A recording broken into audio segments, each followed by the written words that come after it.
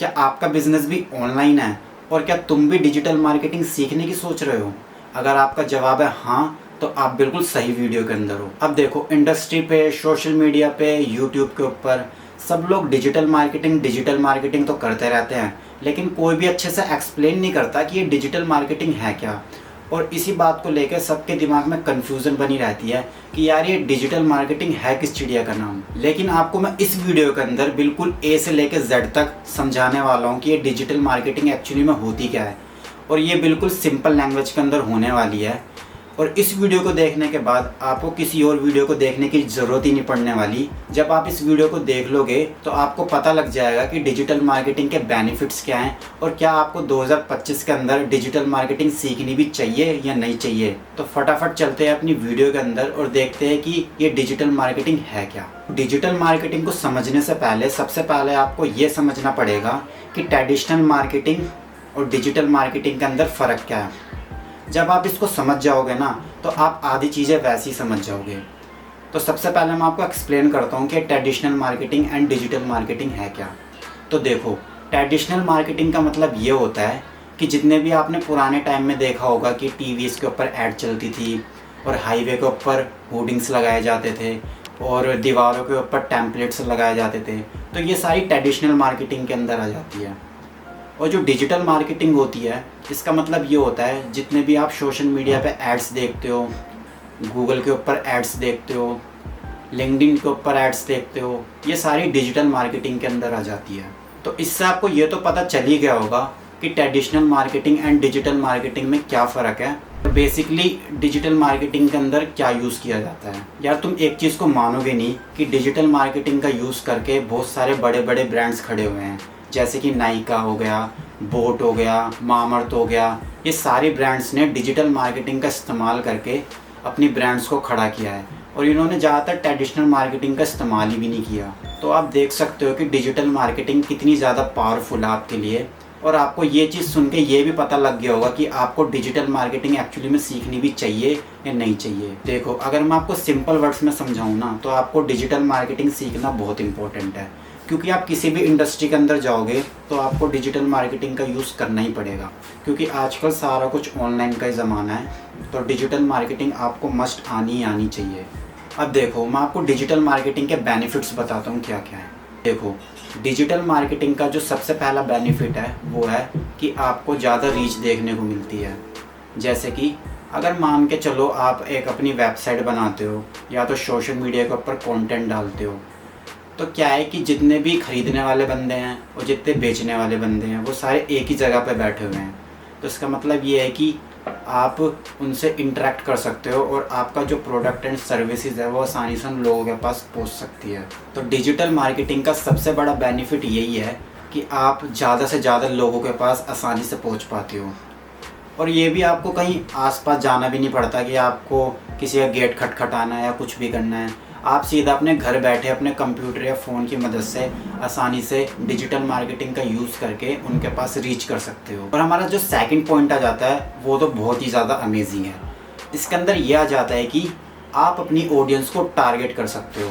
It means, मैं ये कहना चाह रहा हूँ कि आप अपनी ऑडियंस को specific gender, age, demographics, location, इसके हिसाब से भी आसानी से टारगेट कर सकते हो। देख रहे हो ये कितना अमेजिंग फीचर है। आप इसका इस्तेमाल करके अपने प्रोडक्ट को कहीं पर भी बेच सकते हो। तो ये देखो कितना अमेजिंग है। अब जो हमारा थर्ड पॉइंट आ जाता है उसका नाम है ट्रैकिंग। अब ये तो बहुत ही ज़्यादा अमेजिंग चीज़ है डिजिटल मार्केटिंग के अंदर। देखो, ट्रैकिंग से क्या होता है।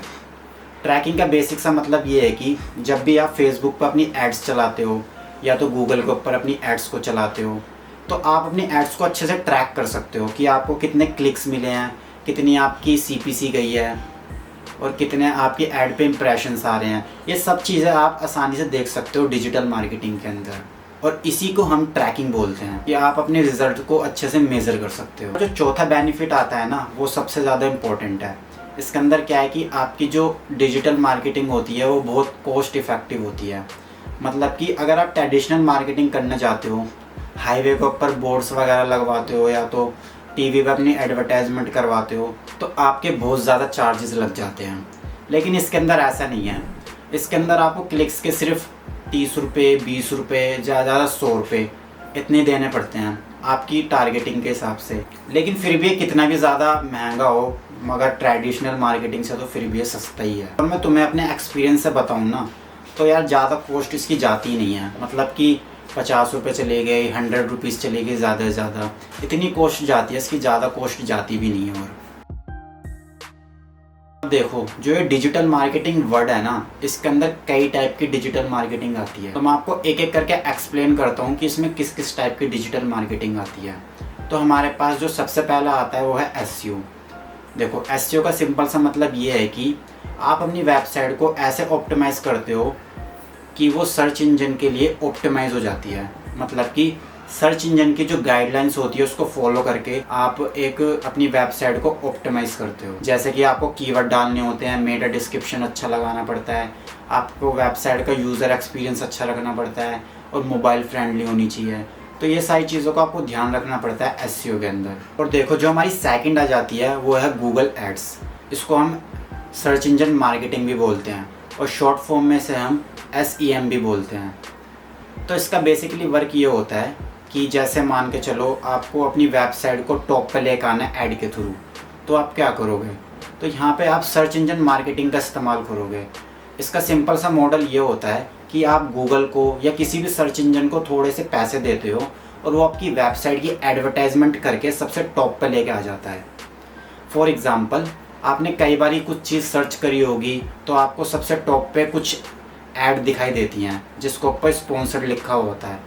तो वो जितनी भी सारी एड्स होती हैं ना, वही सारी गूगल सर्च एड्स होती हैं। तो जो हमारी थर्ड टाइप की मार्केटिंग आती है उसको बोलते हैं हम सोशल मीडिया मार्केटिंग।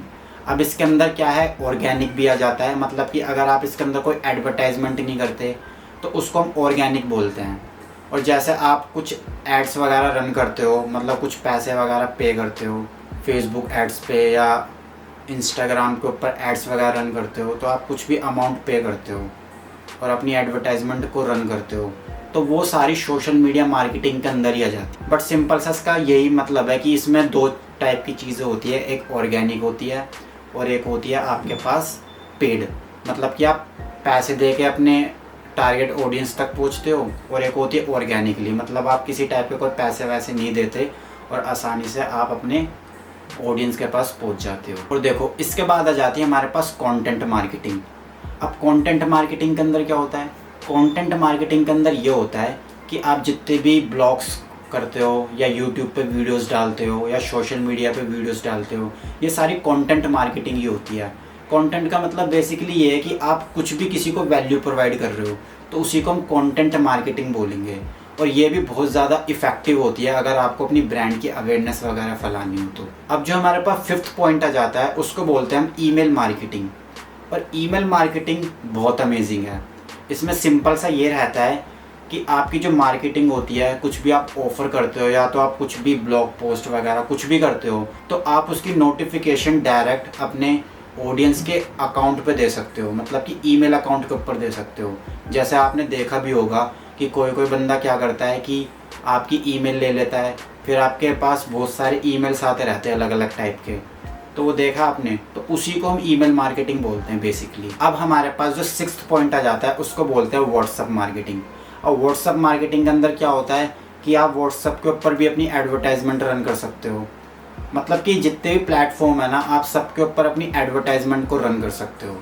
सिंपल सा इसका मतलब यही है। तो इसमें व्हाट्सअप भी आ जाता है, तो व्हाट्सअप के ऊपर आप एडवर्टाइजमेंट रन कर सकते हो, व्हाट्सअप के ऊपर आप अपना स्टोर बना सकते हो और बाकी पूरा बिजनेस इस्टेब्लिश कर सकते हो अपने व्हाट्सअप के अंदर।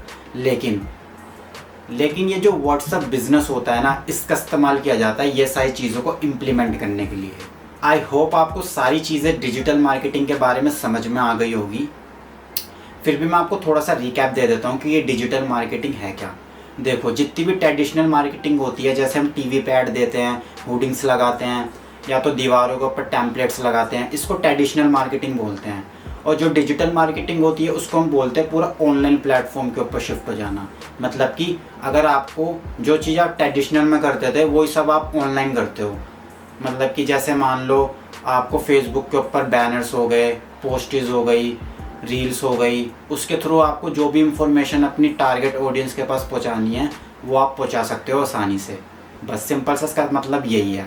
तो आप अच्छे से समझ गए होंगे कि मैंने क्या आपको समझाने की कोशिश करी। और बाकी अगर आपको मेरा वीडियो पसंद आया और मेरी इन्फॉर्मेशन अच्छी लगी तो प्लीज़ मेरे चैनल को सब्सक्राइब करना और वीडियो को लाइक करना, और मेरे को कमेंट में ये बताना कि आप किस टॉपिक के ऊपर वीडियोस चाहते हो।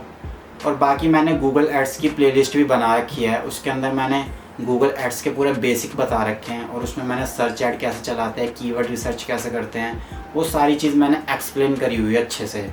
तो आप उसको भी जाके आसानी से देख सकते हो। तो मिलते हैं अपनी नेक्स्ट वीडियोस के अंदर। तो टाटा बाय बाय।